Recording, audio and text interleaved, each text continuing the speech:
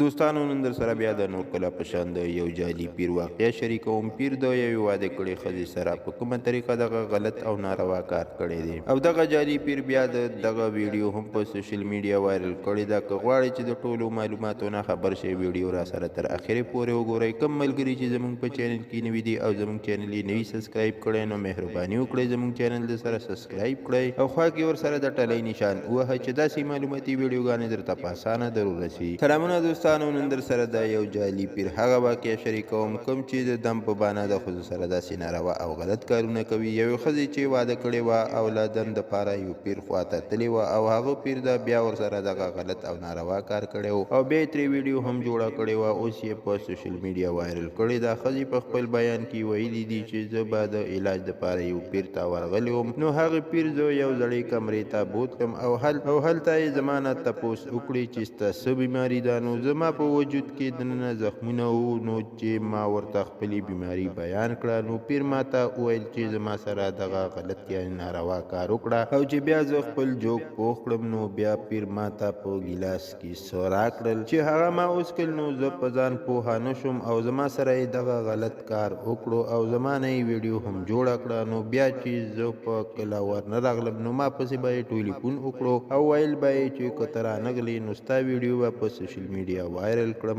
نو په دې وجه به بیا ما سره دغه غلط کار کوو. نو آخر یې هم دغه ویډیو په سوشل میډیا وایرل کړه. نو په دې وجه ما ته خپل خاوند هم طلاق راکو. نو ما بیا په تاڼه کې رپورټ وکړو. نو دغه پیر پولیس یې ونیولو، خو زما عزت یې د خاورو سره خاورې کړو او زه یې د خلکو سره د سترګو لګولو قابل پاتې نه کړم. نو دغې ښځې نورو ښځو ته دغه یو پیغام ورکوي چې د داسې جعلي پیرانو نه ځانونه وساتئ او د هغو په یو قسم خبرو کې هم را نشئ او خپل عزتونه وساتئ. دوستانو دا و د نن ورځ خبر چې در سره مو شریک کو. که ویډیو مو خوښه شوي وي نو لایک شیر کړئ، چینل در سره ضرور سبسکرایب کړئ. مننه کوم چې ویډیو م را سره تر اخرې پورې وکتله او د بلې ویډیو پورې دلې الله په امان.